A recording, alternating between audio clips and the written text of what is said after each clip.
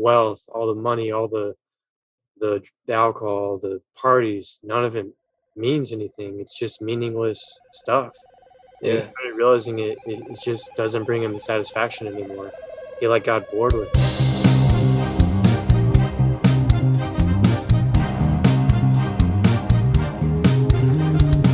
So my one of my friends, he was telling me that his girlfriend is her parents are very wealthy. Well, overall they make almost like he said like $500,000 per year, and they've gotten to a point where they just don't know what else to spend money on because they already have two houses, they already have new cars, they buy new land, and then after that, like, what else do they do?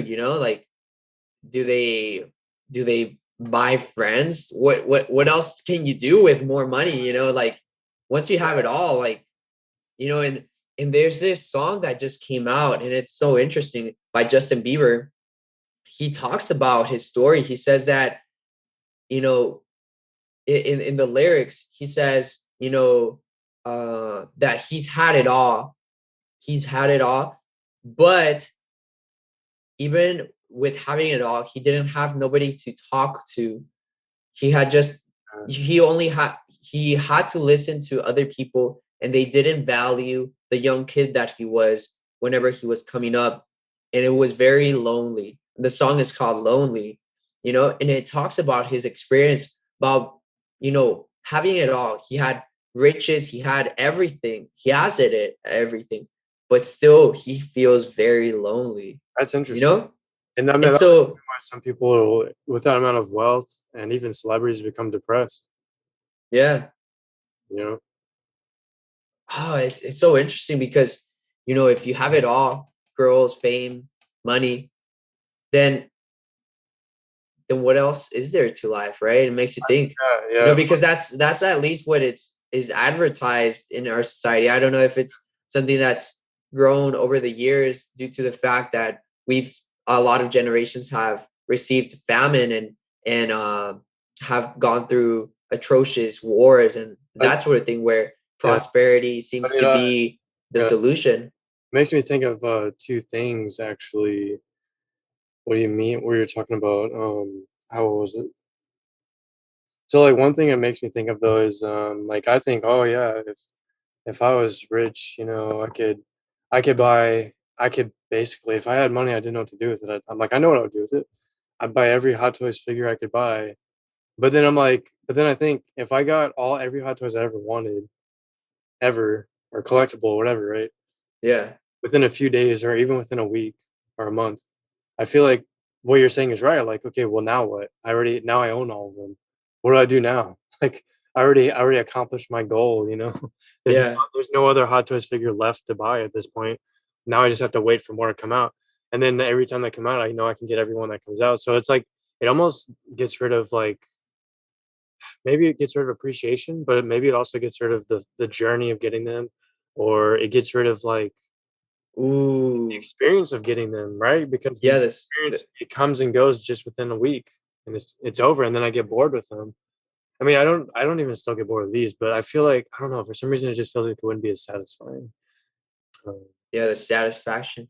I don't know Yeah, why. there's this song, right? Can't get satisfaction, Yeah, exactly. right? That's what. Can't get Oh, yeah, satisfaction. is that Even what him, like, he said that, he had it all. I mean, but even though he had it all, he couldn't get satisfaction, yeah, I can never right? get no satisfaction with instant gratification, right? Because you're just chasing the high. You're never gonna. It's just gonna fleeting sensation. Yeah. What it made me think of that story in the Bible of Solomon and God. I think it was God or maybe Solomon on his own was given everything, right? Like Solomon had riches, wealth. He could have sex with whatever woman he wanted, however many women he wanted. He was like partying all the time and stuff and doing indulging in all the pleasures of the earth. And then after a while, he reflected after that lifestyle for several years or so. And Solomon reflected and thought, and it's in the Bible, you can look it up. He started realizing that none of this matters. Like it's all meaningless. All this pleasure, all this sex, all this wealth, all the money, all the alcohol, the parties, none of it. means anything. It's just meaningless stuff. And he Yeah. started realizing it just doesn't bring him satisfaction anymore. He like got bored with it.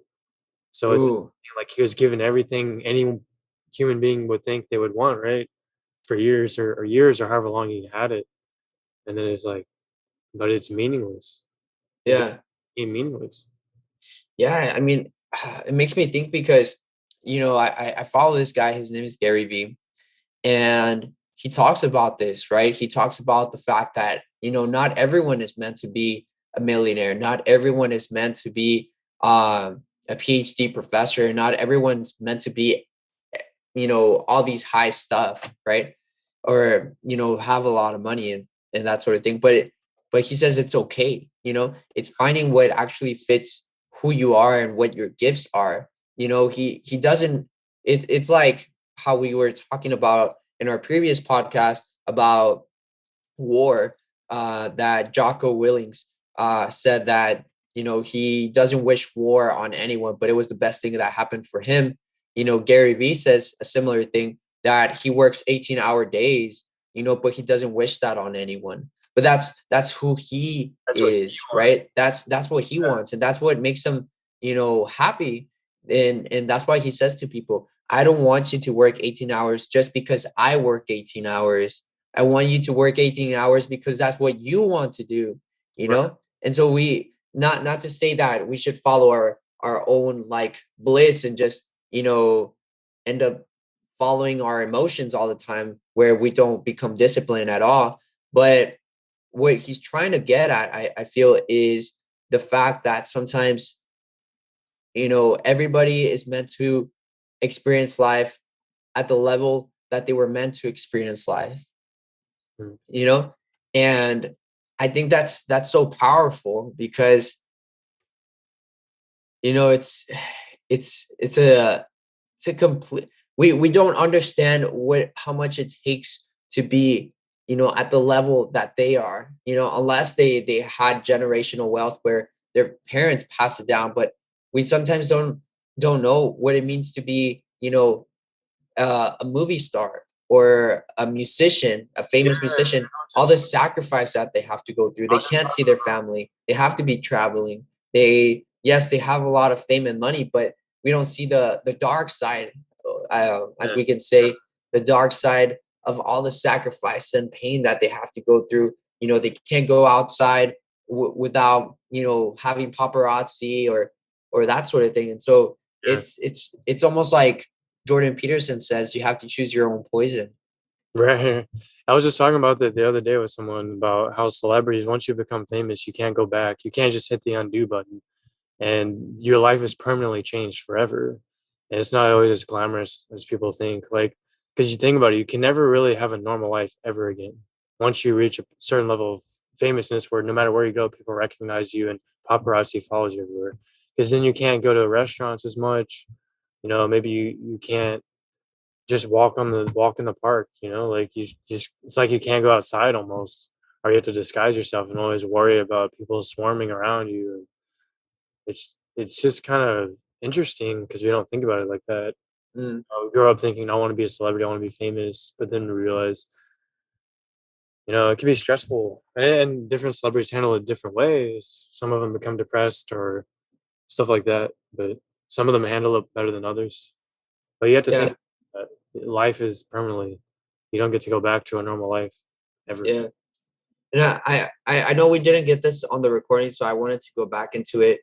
You know, I asked the question about how much money do we actually need to be happy, Yeah. right?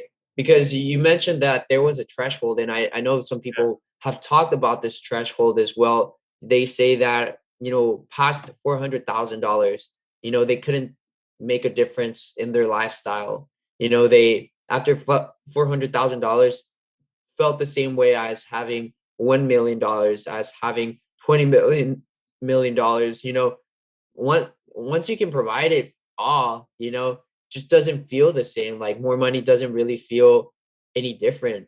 Yeah, and At you're that not, point, it's stressed only about it. what you can do, right? Like, with that money, You're like what else? improve your education, pay for personal trainers, that sort of thing. Yeah, you're going off what I was saying about psychology showing that once people make a certain amount of money, once they reach past that, their happiness kind of just plateaus and stays the same. Making more money than that certain amount doesn't increase happiness. It just kind of stays the same once you make a certain amount of money. So it's kind of like, once you reach that point, your happiness is going to stay more or less the same. Mm, I think for what yeah. the reason you're saying, yeah. So it's not necessarily striving for the the big paycheck or the amount of money, but maybe what Gary Vee says, like, working on the process of becoming the best engineer, becoming the best artist, becoming the best of the best. When you focus on the process of becoming instead of, you know, the milestones, then you actually enjoy it a little bit more, right? Yeah, Like a marathon, like if you think about, just making it to the finish line and don't appreciate the long trainings that you did running outside under the heat for several hours, having tripped over a rock and, having to retrain yourself again to run after an injury or yeah. different stuff like that. It's like I think that if we only focus on the finish line, yeah, you know, we can lose track of like the moment it's of like what we're going through. it's like what Yoda said. You always, your mind is always on the future, never on what's right in front of you.